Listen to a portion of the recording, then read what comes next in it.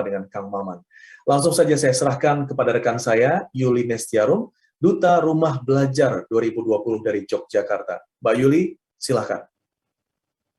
Terima kasih Mas Zaki Hussein. Assalamualaikum warahmatullahi wabarakatuh. Salam sejahtera bagi kita semua. Shalom, Om Swastiastu, Namo Buddhaya, dan salam kebajikan. Semangat pagi rekan-rekan Duta Rumah Belajar tahun 2017, 2018, 2019, dan Si Ungu 2020. Semangat pagi yang luar biasa juga teruntuk sahabat rumah belajar dan Bapak Ibu guru hebat yang saat ini sedang menyaksikan kuliah umum pembatik level 4 melalui platform YouTube Kemdikbud RI, Rumah Belajar, dan Televisi Edukasi. Saya Yuli Nestiarum, Duta Rumah Belajar Provinsi Daerah Istimewa Yogyakarta tahun 2020 menjadi moderator dalam kesempatan pagi ini. Bapak Ibu sekalian, perubahan yang terjadi dalam hidup di akhir-akhir ini dipercepat dengan kemajuan teknologi informasi dan komunikasi, membuat kita harus terus mau mengasah diri. Dalam arti harus terus mau belajar ya. Bila diibaratkan sebuah lilin, jangan sampai seorang guru hanya memberikan cahaya ke sekelilingnya saja, namun membuat dirinya semakin cepat padam. Nah, maka mau tidak mau, suka tidak suka, kita harus terus belajar sambil mengajar.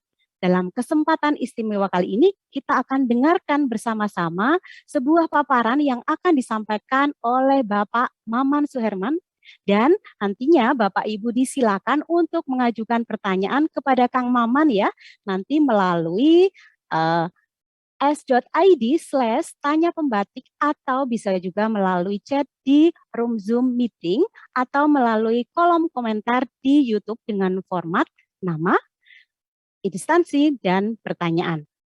Nah, Bapak Ibu sekalian, sama-sama kita akan menyimak paparan beliau dengan judul Motivasi Guru dalam Mendidik, Belajar dalam Mengajar, dan Kiat Sukses Berkomunikasi dengan Publik.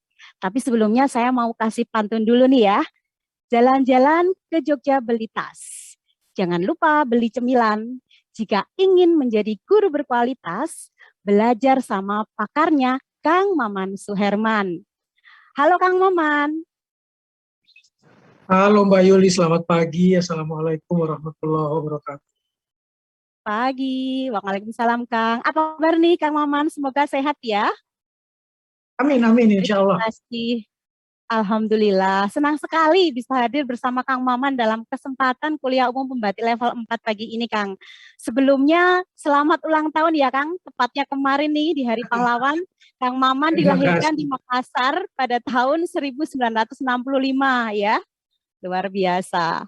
Nah, beliau ini aktif sebagai penulis berbagai buku keren, ya, presenter berbagai acara kondang, pembicara dan konsultan media dan kreatif, yang jelas berbagai profesi juga pernah dilalui oleh Kang Maman. Di antaranya adalah reporter, redaktur dan pemimpin redaksi di kelompok Kompas Gramedia, peliput, penulis naskah, produser, dan managing director rumah produksi Avikom, konsultan media dan acara sejumlah stasiun TV dan rumah produksi, penggagas ide sekaligus verifikator dan dewan juri Panasonic Global Award, mentor stand up comedy, notulen dan konsultan kreatif Indonesia Lawak Club. Ya, Kang Maman juga concern nih di bidang literasi, diantaranya pernah menjadi dewan juri Journalist Writing Competition Kompasiana, tim seleksi penghargaan perpustakaan dan minat baca, serta masih banyak segudang aktivitas yang lain.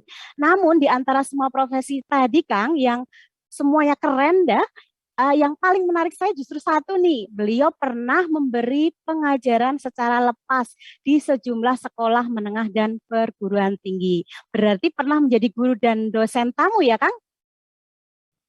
Iya, masih berlangsung sampai sekarang. Luar biasa. Baik, kita nggak sabar nih untuk mendapatkan materi dan pengalaman luar biasa dari Kang Maman. Waktu disilakan.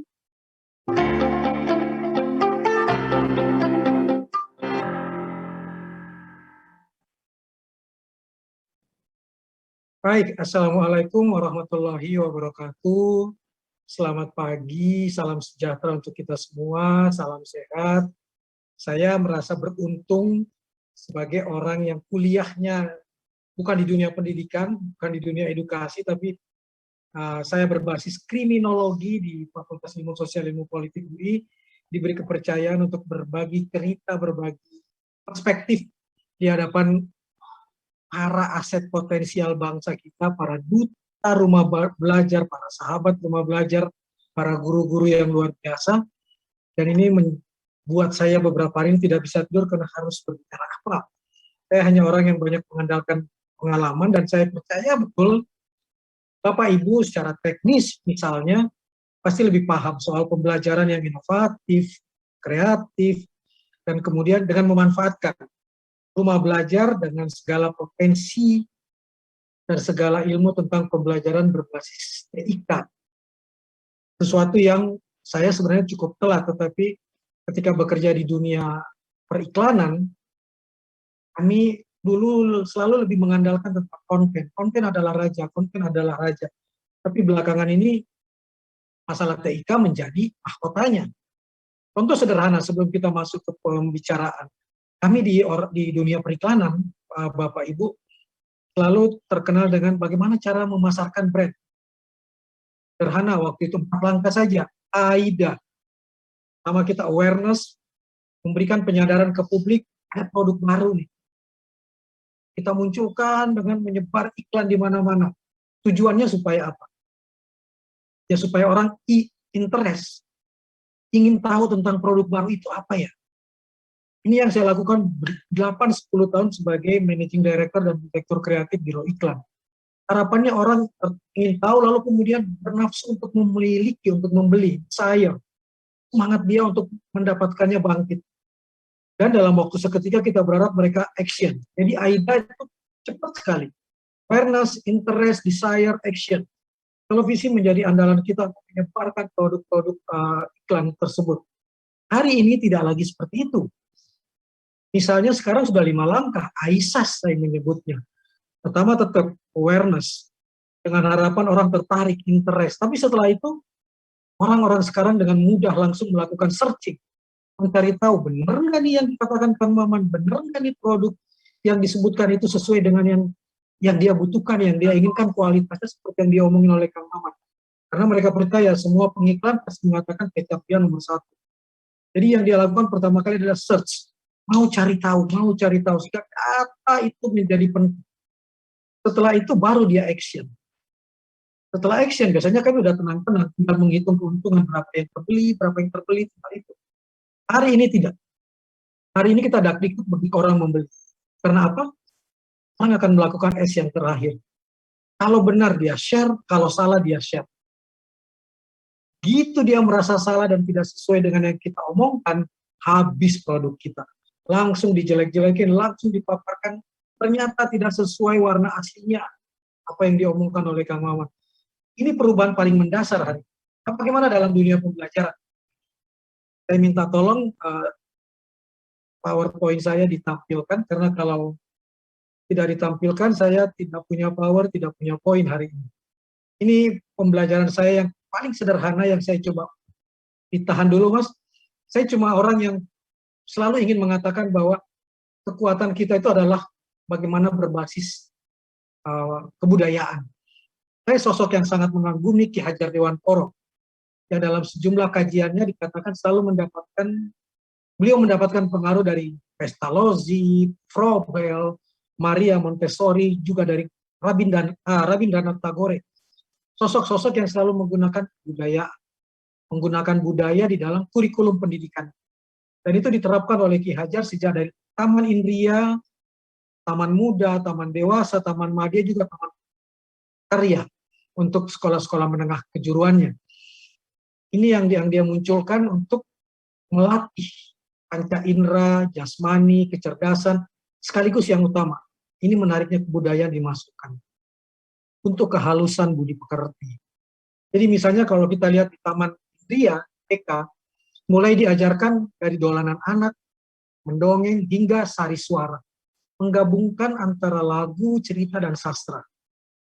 Kehalusan budi pekerti dimunculkan, diupayakan untuk dilatih sejak ini, dan kemudian ketika masuk ke taman dewasa dan taman madya, baru diberikan lanjutan berbasis budaya. olah gending, seni tari, untuk apa? Untuk memperkuat dan memperdalam rasa kebangsaan.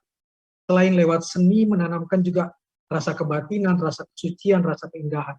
Bagaimana pendidikan tidak cuma mengajarkan tahu dan cerdas, tapi bagaimana mengolah keindahan, mengolah kebatinan. Secara sederhana, seperti slide saya yang pertama, di tingkat awal, tingkat taman indria, betul-betul ditampilkan yang sifatnya kognitif, afektif, dan psikomotorik itu dengan patra triloka, nonton, silakan yang kedua Mas, niteni, dan niroke. Ini mudah-mudahan bahasa Jawa saya tidak terlalu salah cara menyebutkannya. Jadi yang ditampilkan betul-betul bagaimana memberikan tontonan. Bagaimana guru betul-betul super aktif, sementara murid-murid kita, siswa-siswa kecil kita, balita-balita kita pasif dan ditarik perhatiannya secara panca inderawi. Biasanya orang selalu mengatakan bahwa anak kecil itu tidak akan menolak 3 hal. Storytelling, berdongeng, bercerita, read aloud dengan berbagai teknisnya, yang berbeda dengan mendongeng, supaya panca indera anak betul-betul terstimulus, mereka melihat, lalu kemudian diajarkan untuk niteni, untuk menandai dan mencermati, menangkap langsung, kalau suara hewan ini bagaimana bunyinya, bersama-sama membunyikannya, kalau suara mobil seperti apa, suara motor seperti apa, yang ada di dalam cerita tersebut. Jadi anak-anak betul-betul diajarkan secara kognitif, betul-betul pasif mendengar, tapi kemudian masuk afeksi. Betul-betul menandai apa yang dia dengar, apa yang dia saksikan, dan yang terakhir tentu niroke, menirukan yang positif yang menjadi bekal untuk perkembangan anak. Guru betul-betul menjadi toladan, suri toladan yang diharapkan membuat anak-anak kecil menjadi peniru-peniru luar biasa tentang kebaikan. Kita masuk ke slide 2. Ketika masuk ke taraf berikutnya, ke taman muda, ke taman dewasa, taman madya, lagi-lagi patra triloka yang dipakai.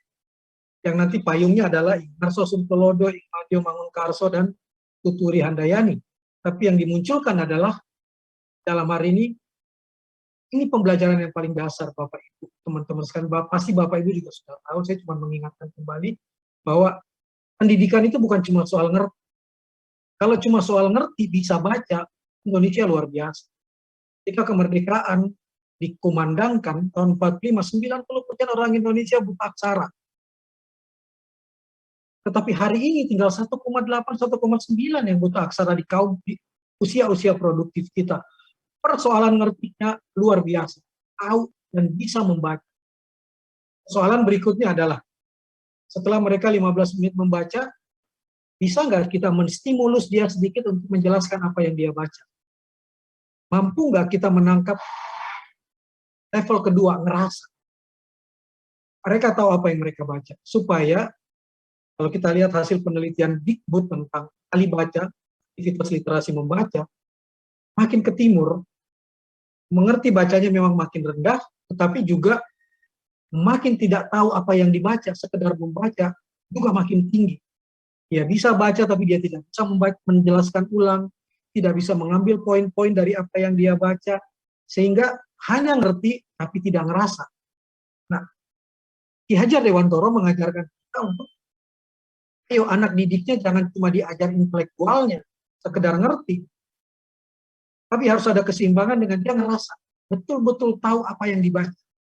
Dan sebisa mungkin psikomotoriknya dicoba, dilatih terus-menerus, dengan apa? Dengan melakoni. Sehingga apa? Tujuannya jelas, tujuannya satu. Proses belajar mengajar yang dilakukan, tujuannya agar anak tidak sekedar mengerti dengan akalnya, tapi juga dia paham dengan perasaannya, dia memahami segala sesuatu dengan perasaannya, dan kemudian bisa menjalankan dan melaksanakan pengetahuan yang sudah didapat di dalam kehidupan masyarakat. Ini sebenarnya poin sederhana dari literasi. Literasi adalah kecakapan hidup yang tidak sekedar literasi baca tulis, literasi numerasi, ngerti baca tulis, ngerti numerasi, tetapi kemudian harus masuk ke tahap mampu mengakses informasi dengan baik, mampu berpikir kritis, dan yang paling puncak satu, mampu menghasilkan, kelak mampu menghasilkan barang dan jasa. Dan bisa mulai diproduksi, dilakukan sejak masih duduk di bangku sekolah. Saya belajar ini tujuannya untuk apa? Boleh nggak kita praktikkan? Ini yang nanti masuk ke taraf literasi, tidak cuma teknis, tidak cuma fungsional, tapi langsung ke literasi budaya. Dilakoni. Ini poin yang paling penting dan yang menarik kalau kita membaca dari Ki Hajar Dewantoro, ngerti, ngerasa, ngelakoninya ini harus masuk ke literasi tahap pertama yang bukan sekedar bisa baca, tulis, dan hitung, tapi karakter sudah dibangun sejak ini. Bagi Ki Hajar Dewantoro waktu itu adalah tentang tidak cuma tangguh, tidak cuma cerdas, tapi juga harus mulai ditanamkan tentang tripantangan. Sejak kecil anak dengan cara dan bagaimana mengerti dan sesuai dengan usia anak. Tripantangan buat Ki Hajar Dewantoro, kalau kamu cerdas, kamu harus tidak menyalahgunakan kewenangan kamu, tidak menyalahgunakan kekuasaan kamu. Itu diajarkan betul sedari dini tentang ini boleh, ini tidak, dengan sesuai perkembangan usia. Yang kedua, tidak melakukan manipulasi. Kalau ia bilang iya, kalau kita bilang tidak, ini punyaku, bukan punyaku, harus diajarkan sedari dini. Tidak melakukan manipulasi dalam tanda kutip keuangan dan tidak melanggar kesusilaan. Pelan-pelan dimasukkan betul tentang ngerti, ngerasa, ngelakoni sampai ke perkembangan karakter anak tersebut. Sekarang mari kita lihat di era digital. Era yang sangat luar biasa, era di mana kadang-kadang yang standar, yang biasa-biasa saja, tidak mendapat tempat. Orang selalu ingin memberikan sesuatu yang lebih, yang penting viral, bukan yang penting benar. Karena kalau cuma sekedar benar, itu biasa. Itu saya selalu disebut, itu mah bahasanya bapak-bapak. Mah jadul, itu tidak mengikuti perkembangan zaman. Ditambah lagi, di era digital ini kita tahu betul teman-teman yang sudah belajar tentang bagaimana kecepatan diutamakan daripada kecepatan. Yang penting share, bukan share yang penting. Yang penting share. Di WA grup keluarga Bapak Ibu, para pembelajar. Sungguh sangat menakutkan kalau kita lihat justru orang tua yang senang banget copy paste apa yang didapat di warung sebelah dan disebar begitu saja tanpa melakukan verifikasi, konfirmasi apakah berita itu benar. Dan kalau dikritik, langsung dengan tenang mengatakan, ya saya kan cuma copy paste dari warung sebelah. Itu artinya cuma sederhana. Media sosial sungguh kerap kali etika, moral, empati, dan mudah-mudahan para pembelajar berbasis TIK ini juga sudah paham tentang 4 pilar literasi digital. Yang pasti saya yakin kecakapan digitalnya sudah luar biasa. Bisa mengajar dengan memanfaatkan TIK. Persoalan berikutnya adalah mampu nggak kemudian mewujudkan keamanan digital. Mampu menjaga bahwa proses pembelajaran lewat TIK ini tidak kemudian diisi dengan hal-hal yang membahayakan keamanan. Baik keamanan diri maupun keamanan murid kita. Etika digital. Mana yang boleh, mana yang tidak, dan budaya digital. Ini nanti mungkin akan jadi kelas pembelajaran berikutnya. Nah, kenapa ini penting buat saya? Karena sejak munculnya digitalisasi, Indonesia, termasuk anak-anak murid kita, murid-murid pembelajar kita itu adalah orang yang begitu lahir punya 2 kewarganegaraan. Warga negara Indonesia sekaligus warga net. Kalau saya yang generasi kolonial lahir ya warga negara Indonesia saja. Tapi anak-anak kita umur 2-3 tahun sudah pegang handphone dan lain sebagainya. Sudah langsung menjadi warga net yang borderless, tidak punya batasan. Dia bisa masuk kemana saja, bahkan melihat seluruh dunia hanya lewat gadgetnya. Dan ini tentu sangat bahaya. Apalagi kita tahu, fakta membuktikan orang Indonesia itu menjadi warganet 8 jam lebih setiap hari. Sepertiga hidupnya ada di internet, ada di media sosial. Dan akibatnya banyak yang FOMO, fear of missing out misalnya. Takut untuk tidak terkoneksi dengan orang lain. Takut kalau dia menyebarkan sesuatu, tidak ada yang memberi tanda like. Tidak ada yang berkomentar. Namanya fear of missing out. Mereka mengalami Facebook depression kalau apa yang dia posting betul-betul tidak dianggap oleh orang lain. Sehingga apa yang terjadi? Mereka berusaha untuk tidak biasa-biasa saja, untuk mencuri perhatian orang sehingga kadang-kadang kebablasan, melakukan pelanggaran-pelanggaran yang kelihatan. Ada selebriti yang sedang berduka keluarganya karena wafat di jalan tol, macam-macam dilakukan untuk mencari perhatian. Ngaku-ngaku sebagai dukun yang bisa berkomunikasi supaya viral, menceritakan sesuatu, mengulik-ngulik masa lalu orang dan lain sebagainya yang tidak ada kaitannya dengan peristiwa tersebut. Empati hilang sama sekali. Ini cara berkomunikasi di media sosial hari ini yang sangat berbahaya, yang makin berbahaya karena didukung oleh kebudayaan berupa mesin pemrograman algoritma media sosial. Begitu kita bikin hashtag, kita bisa melejit dengan sangat cepat. Kemudian ada big data, ada artificial intelligence yang karenanya sadar tidak sadar kita menggantungkan hidup pada apa hari ini. Mungkin siswa-siswa kita menggantungkan hidup pada apa hari ini, bukan lagi pada soal kebenaran. Kita lihat slide berikutnya. Anak-anak kita, kalau punya akun, dia pasti berusaha untuk lihat insight dari akun tersebut. Karena akunnya apa? Kalau ada insight-nya. Para pengiklan, para produser yang ingin di-endorse produknya, yang ingin dipromosikan acaranya, selalu mintanya seperti ini. Saya alami secara pribadi. Kang Maman, boleh nggak tahu akun Twitter kamu, akun Instagram kamu, akun Facebook kamu? Boleh nggak saya lihat insight-nya? Apa jumlah follower Kang Maman? Tidak jarang orang kemudian membeli follower untuk apa? Makin besar follower, bayarannya makin tinggi, Bapak Ibu. Sahabat-sahabat Duta Rumah Belajar. Follower 10 dengan follower 100.000, bayarannya pasti beda. Follower yang jutaan apalagi. Saya pendengar salah satu teman saya, figur publik, satu kali muncul postingannya di Instagram, dia dapat bayaran sampai 80 juta. Dan buat dia itu luar biasa. Sehingga follower menjadi perhatian. Yang kedua, account reach. Bagaimana jangkauan akun saya? Dan hari ini makin besar sensasinya, dramatisasinya, reach-nya makin besar. Account engage-nya, bagaimana cara supaya traffic-nya tinggi. Itu jadi pikiran mereka terus. Mana contohnya? Silakan slide berikutnya. Ini misalnya. Ini contoh saya, ini akun saya. Langsung dilihat oleh pengiklan. Wow, account reach-nya Kang Maman itu 83.500. Ya, saya bayar Kang Maman 1 juta aja ya untuk satu kali nge-tweet. Sementara yang account reach-nya 1 juta, saya bayar 110 juta sampai 100 juta. Wah, traffic di Kang Maman cuma yang terlibat cuma 8.796 orang. Saya pakai aja selebriti yang 800.000. Trafficnya yang bikin orang rame untuk masuk ke situ supaya produk saya makin dikenal. Waduh, follower Kang Maman di Instagram cuma 126.000. Di Twitter cuma 418.000 kalau nggak salah. Ya udah saya bayar Kang Maman cuma sekian ya. Orang hidup dari insight overview. Kita lanjut Mas. Coba lihat. Selain insight overview ini. Silakan. Ini yang mereka lihat. Bagaimana account reach-nya.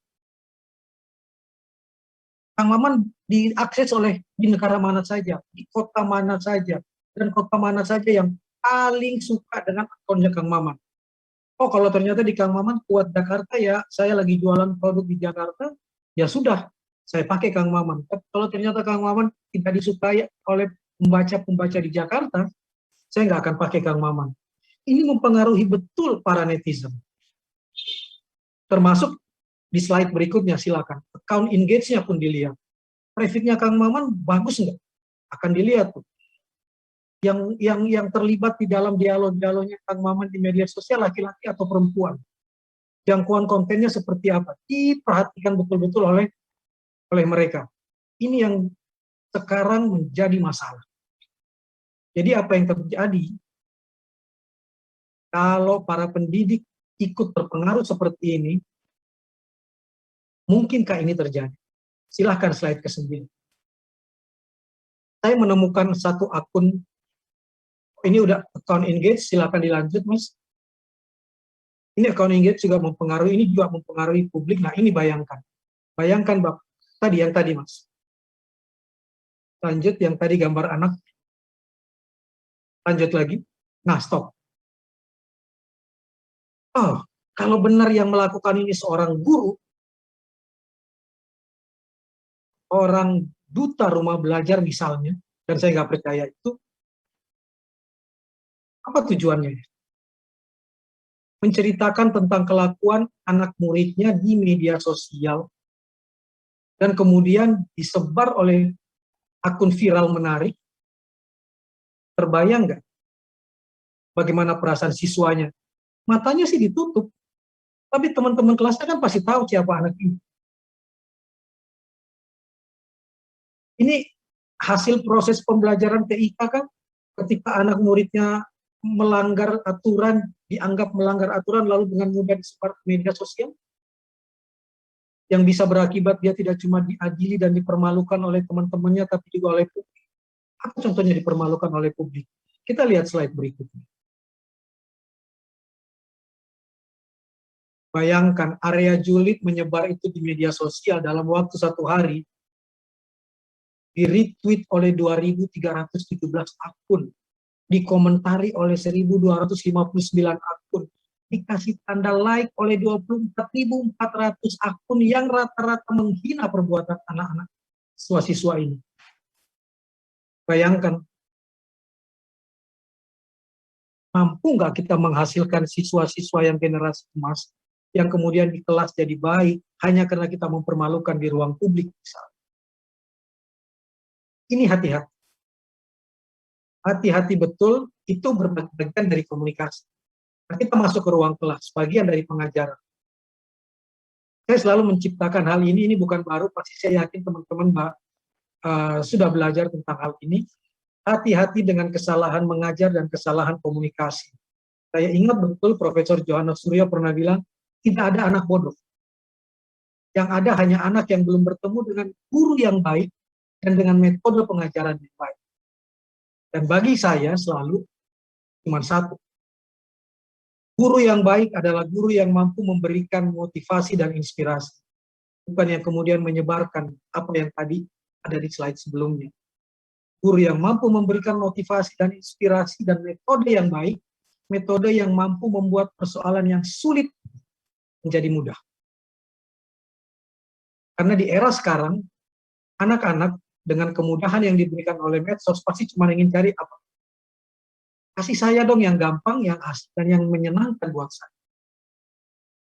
Saya percaya betul, saya memaknai apa yang diucapkan oleh Profesor Johannes Surya, apa yang dimaknai oleh guru-guru kita tentang tidak ada anak yang bodoh itu satu. Tidak ada anak yang bodoh, tidak ada anak yang nakal, tidak ada anak yang jahat.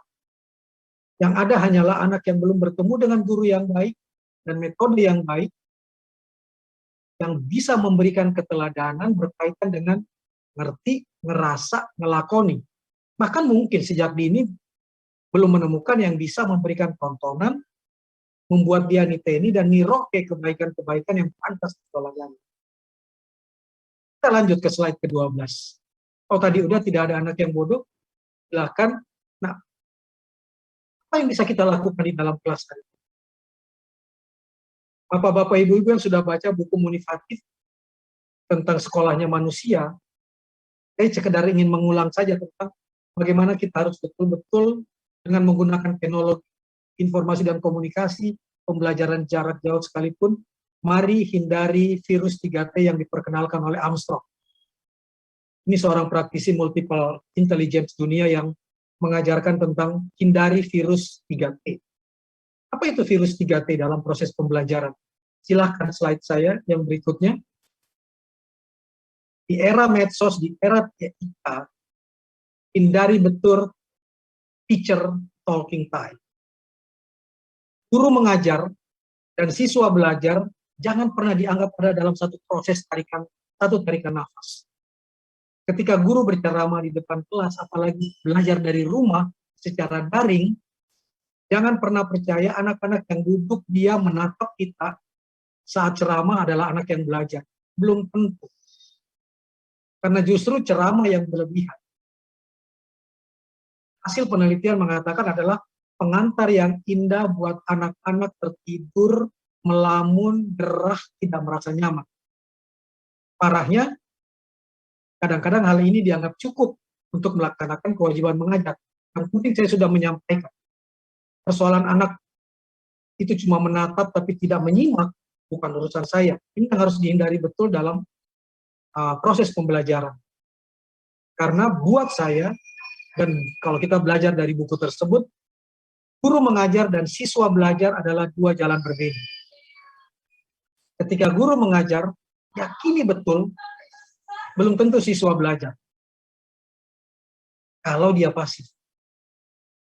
Yang harus dilakukan adalah, ketika siswa belajar melakukan, itu baru kita rasa dia melakukan kegiatan pembelajaran, kalau dia melakukan aktivitas. Apa maksud dari hal ini? Sebisa mungkin verbalisme dikurangi. Siapkan mental kita untuk betul-betul berdialog. Hindari betul siswa belajar secara pasif, hindari betul siswa belajar cuma dicekoki, bahasanya sangat sarkas mungkin. Cekoki pernyataan-pernyataan klise, kosong tanpa makna, dan siswa cuma berhenti pada tingkat menghafalkannya. Tidak diajar untuk masuk ke taraf menganalisis dan mensintesis hal-hal tersebut. Dalam bahasa yang lebih jauh lagi, hindari teks-teks yang dipelajari yang terlepas dari konteks. Supaya kita tidak masuk dalam perangkap yang disebut Freire sebagai pengetahuan yang terbirokrasi. Saya cuma ingin mengutip apa yang diucapkan oleh Pak Sumardianta dalam buku ini. Seorang guru yang aktif menulis yang mengatakan seperti ini. Jangan sampai guru-guru di Indonesia menderita penyakit distesia. Salah mengajar. Virus yang menyebabkan distesia itu adalah, contohnya, guru yang menghabiskan 80% waktunya dalam mengajar dengan ceramah yang miskin makna, datar, dan menyebarkan kantuk yang meradiasi di seluruh penjuru kelas. Verbalisme dalam pandangan dia adalah penyakit akut guru-guru di Indonesia. Kebanyakan guru menurutnya hanya memiliki dua senjata, diam dan mengajar, tutur dan kapur. Dan keduanya menggempur betul siswa untuk mundur secara realitas, mundur dari realitas. Ini yang harus dihindari betul, termasuk di era pandemi. Kalau ibu-ibu, bapak-bapak mengajar lewat daring, lalu tidak bisa mengajak murid untuk tampilkan dong mukanya, jangan tutup videonya. Apa Bapak sudah jamin dia tidak melakukan hal yang lain? Sementara anak-anak kita saat ini terkenal dengan multitaskingnya, matanya menghadap ke kita tapi tangannya bermain yang lain.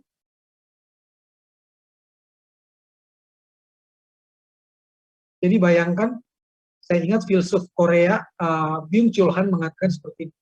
Seharusnya berkomunikasi tak cuma soal tatap mata, karena tidak cuma soal itu yang penting, tapi harus ada keintiman sosial, bahkan harus ada kehadiran.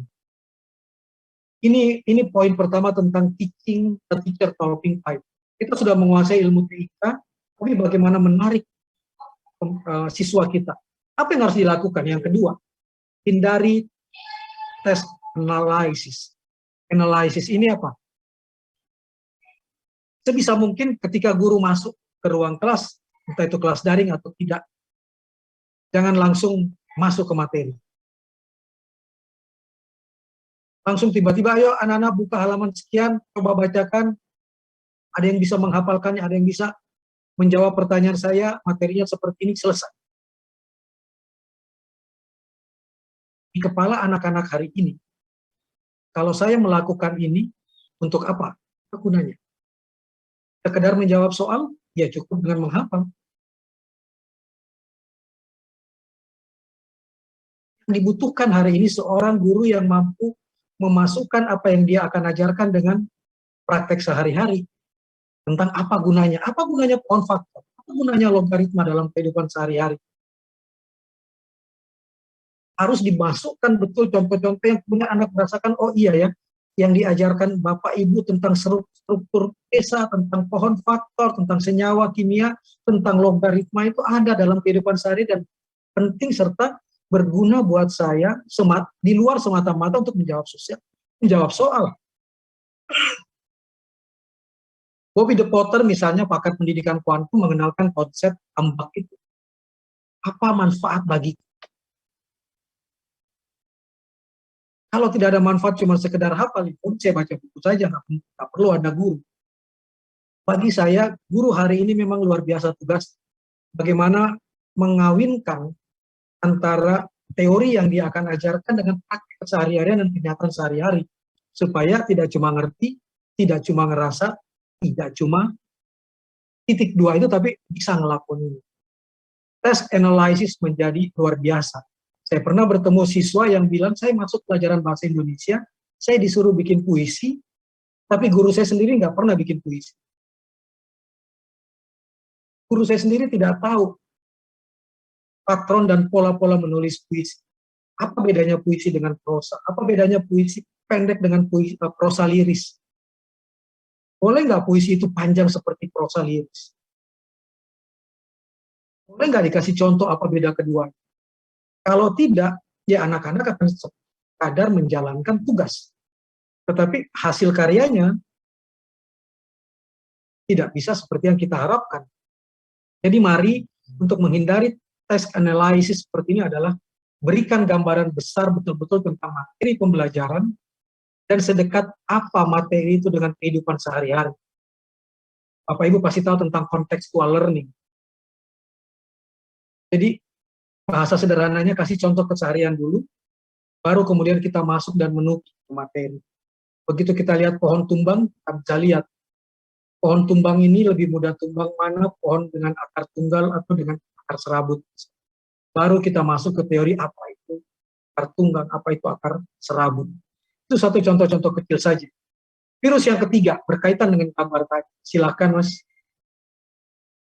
Tracking. Hindari betul pengelompokan siswa berdasarkan kemampuan kognitif. Saya dari dulu memang bukan orang yang terlalu setuju dengan ada kelas khusus bergengsi berisi siswa cerdas berprestasi, ada juga kelas khusus untuk yang betul-betul kelas khusus tertutup untuk siswa bodoh yang merepotkan. Saya berharap budaya strata seperti ini tidak ada juga. Kalaupun tidak ada lagi seperti itu di kelas, jangan pernah menciptakan stigma anak pintar dan anak bodoh. Ini akan bahaya. Tidak cuma bahaya buat anak bodoh, tapi buat anak pintar. Apalagi kalau kemudian disebar di media sosial. Jadi hindari tracking, tujuannya cuma satu. Hindari kelas sebagai sumber peperangan menang kalah. Gilas menggilas yang membuat hidup dalam ketegangan dan kecemasan. Kita nggak mau siswa kita tegang dan cemas. Yang pintar dipaksa untuk selalu pintar, yang bodoh dihina sebagai anak bodoh. Anak di kelas cerdas, akibatnya apa? Yang selalu dibilang cerdas, kehilangan spirit kerjasama. Kesehariannya diisi dengan ketegangan menang atau kalah. Belajar jadi semacam panggung gladiator kognitif. Sekali saja engkau lengah dari hafalanmu, akan digilas oleh teman-teman lain yang lebih pintar. Angkamu akan kalah. Sehingga apa? Belajar tidak mengasihkan lagi. Menjadi sumber perasaan negatif, cemas, kompetitif, ajang saling kenal. Di mana kerjasama? Dan juga seperti tadi, saya nggak yakin itu guru yang menyebarkan di media sosial. Karena nggak mungkin guru yang baik, apalagi guru yang sudah masuk ke kelas ini, merubuhkan kepercayaan diri anak. Mempermalukan dia. Menyebut dia anak bodoh, anak yang melanggar aturan. Hingga apa? Anak digiring untuk menilai dirinya, ya memang saya bodoh, memang saya nakal, memang saya parah. Hindari itu, apalagi kalau disampaikan di saat apel, dimasukkan di ruang di kelas, yang bisa membuat self-esteem anak rubuh. Janganlah sampai juga itu dimunculkan lagi di media sosial. Orang tuanya ikut-ikutan menjudge, publik ikut-ikutan menjudge, akibatnya apa? Kemana anak mengadu? Jangan salah, kalau kemudian anak-anak itu nantinya mengadu ke penjual miras, penjual rokok, penjual narkoba, ke geng motor yang nampung mereka, mereka tidak salah, kita yang membuat mereka salah. Jadi terakhir, saya ingin selalu mengatakan, berhenti mengobok-obok anak dengan semata negatif, bodoh atau sebaliknya, akal atau sebaliknya. Sudahi hal tersebut, hindari judgement negatif ketika kita memberikan pembelajaran. Mudahkah itu? Memang tidak mudah. Silahkan, Mbak, slide berikutnya sebagai penutup sebelum kita diskusi. Apa yang harus kita lakukan di ruang kelas? Mari berdialog dengan empati. Jangan monolog 80% hanya memberikan ceramah. Apalagi di era belajar dari rumah yang kita tidak tahu saat kita ngomong anak lagi ngapain dan lagi ngerjakan hal lain apa. Yang seolah-olah cuma pasang muka pasta di layar kaca. Jangan sekali-kali menyerahkan mereka kepada teman-teman dialog. Anggota geng motornya, pengedar narkobanya, teman-teman di dunia maya yang bisa menampung keluhan mereka. Dan saya selalu percaya, ini hasil penelitian resmi betul. Sikap baik itu telah diajarkan sedari kanak-kanak. Dan sains telah membuktikan, orang yang bersikap ramah dan mudah bergaul, baik dengan teman-teman dialognya, akan mendapatkan balasan yang sama. Orang guru yang sangat ramah, sangat baik dalam berdialog, akan menemukan anak yang sama juga. Jadi ketika dua orang bertemu, akan ketemu dalam dunia psikologi apa yang disebut efek kesamaan yang diasumsikan. Guru saya baik, ya saya harus baik. Murid saya baik, ya saya harus baik. Ini energi positif yang tektok antara murid, antara guru yang mengajar dengan pembelajar. Ini yang harus kita munculkan betul, jadi mari sama-sama menyebarkan hal tersebut. Kalau kita bersikap baik kepada siswa, insya Allah dia pun akan baik. Tidak mudah, setuju. Kalau mudah, bukan tugas Bapak Ibu sebagai pembelajar, sebagai guru, sebagai orang yang digugu, yang ditiru. Bapak Ibu adalah orang-orang yang terpilih, terbaik untuk menjalankan tugas yang tidak mudah. Dan saya percaya, Bapak Ibu tidak akan membiarkan para zombie berkeliaran di ruang Zoom. Mari berdialog, tatap muka, tatap mata, pakai hati. Terima kasih. Assalamualaikum warahmatullahi wabarakatuh. Waalaikumsalam. Waalaikumsalam warahmatullahi wabarakatuh. Luar biasa, Kang Maman.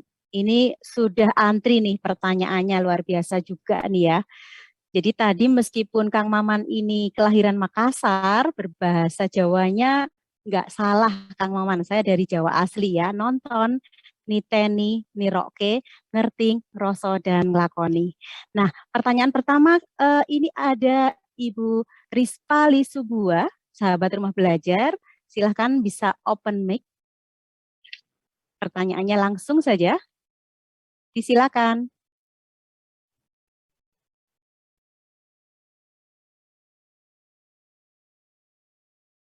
Silahkan Ibu.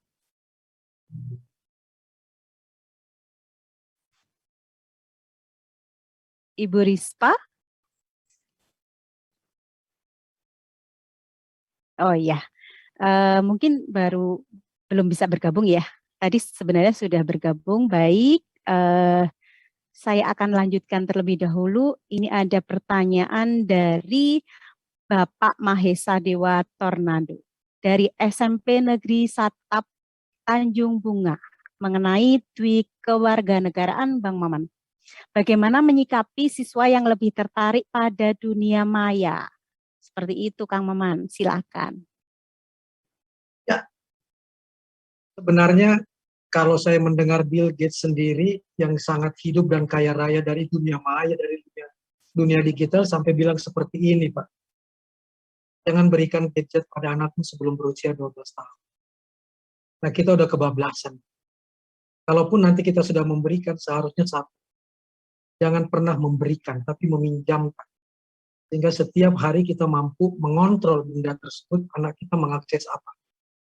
Supaya anak kita tidak menjadi korban di dunia maya, dan kemudian kita betul-betul harus sadari, kitanya yang harus tegas, gurunya pun harus tegas, tidak boleh ada alat tersebut misalnya ketika sedang proses belajar, kecuali yang berguna untuk proses belajar. Coba Ibu googling saja tentang pasien rumah sakit jiwa di Rumah Sakit Jiwa Bandung, Jawa Barat. Kebanyakan pasiennya dari mana? Yuli, kebanyakan dari mana? Dari mana ya, Kang? Kalau dari iya, anak-anak yang ketergantungan gadget. betul sekali. Mau nggak kita punya siswa pembelajaran anak-anak kita menjadi pasien rumah sakit jiwa karena ketergantungan gadget? Jadi itu poin yang pertama. Poin yang kedua, kalaupun dia sudah ada di dunia maya, 4 pilar digital tadi harus dipakai. Digital etik, kita tahu, siap nggak kita kemudian menerapkan tersebut bahwa ada yang boleh dan tidak. Kita menanamkan kepada siswa kita bahwa meskipun kita tidak tatap muka, meskipun kita bisa langsung berhubungan dengan presiden kita sekalipun di Twitter, karena presiden juga punya akun, bukan berarti kita dengan gampangnya cuma menyebut, maaf nih, Jokowi, saya mau nanya nih, mana etika itu? Kalau itu dibiarkan, nanti dia akan bilang begini kepada ibu. Maman, saya mau nanya nih, kaget kan kita sebagai guru dipanggil Maman doang? Nah, panggil saya Bapak, harus ada sopan santun. Apa enggak nanti jawabnya? Sombong amat Bapak, saya manggil Jokowi aja, Jokowi aja tuh. Presiden loh dia, masa Bapak minta? Nah, menanamkan etika bahwa di media sosial ada etika, ada kesantunan, itu menjadi tugas kita juga, tugas guru juga. Jangan hanya karena bisa berhubungan langsung lalu semena-mena menyampaikan kalimat. Itu revolusi bahasa. Termasuk misalnya Bapak Ibu juga harus paham tentang emoticon, meme-meme yang ada di media sosial supaya jangan salah kirim meme kan. Betul sekali. Pembatik ini harus paham betul. Orang lagi bersedih, meme-nya ketawa. Dan kemudian bilang, aduh saya salah pencet misalnya. Hati-hati betul terhadap hal tersebut. Karena begitu di-capture, bisa dihapus. Itu yang pertama. Betul. Yang kedua, sadari betul bahwa ada gunanya kok gadget ini. Asal dipakai dengan etika yang tepat dan kemampuan yang luar biasa, digital skill. Yang sekarang bapak-bapak ini luar biasa dapat pembelajaran dari Kemdikbud tentang bagaimana menjadi pembatik kan, pembelajar-pembelajar, pengajar-pengajar berbasis TIK. Untuk bisa mengatakan bahwa saya lebih dari teman-teman yang tidak ikut belajar di sini karena saya mampu memanfaatkan media sosial, internet dengan sangat luar biasa. Mudah-mudahan kita akan dapat jawaban yang lebih luas nanti kalau kita masuk ke kelas 4 pilar literasi digital, Mbak Yuli. Siap, tapi intinya cuma satu buat saya. Intinya cuma satu, kawal anak dalam memegang gadget. Siap. Tapi kalau kita tidak memberikan contoh, kita juga sama dengan dia pegang alatnya sama banyaknya dan sebagainya ya. Iya, betul Bapak sekali Ibu adalah Kang suri itu. toladan. Bapak Ibu adalah suri toladan. Iya. Terima kasih Kang.